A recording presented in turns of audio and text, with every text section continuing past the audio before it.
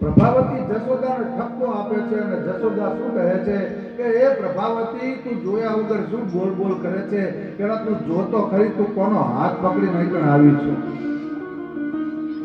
અને જ્યાં પ્રભાવતી આમ જોયું તો એનો છોકરો મનસુખ, અને પછી તો કનૈયો પાછો આમ બેઠો બેઠો આમ કરે હો.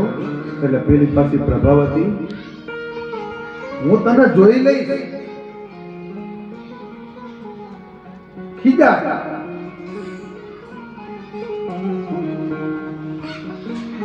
એ વાલા ભગવાને જે ગોકુળની અંદર 11 વર્ષ અને 52 દિવસ,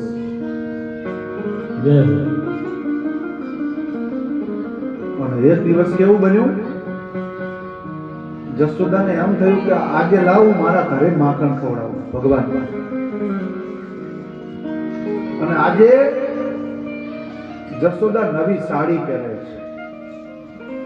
અને હંમેશા ભગવાન માટે તમે કોઈ પણ વસ્તુ તૈયાર કરો ને તો બહુ પવિત્રતા સાથે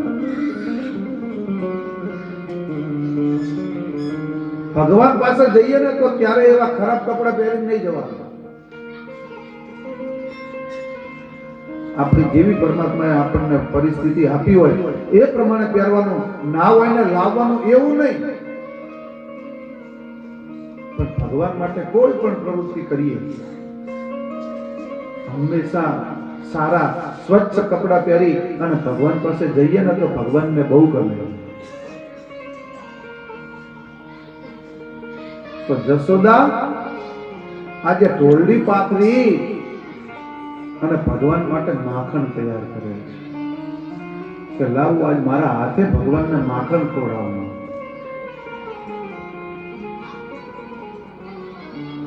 અને જશોદા એ માખણ બનાવતા હોય અને ભગવાન એમ કહેવાય છે ને, હમણાં એ વાત કરી ને કે બરોબર માખણ તૈયાર કર્યું અને જે ગોળી હતી ને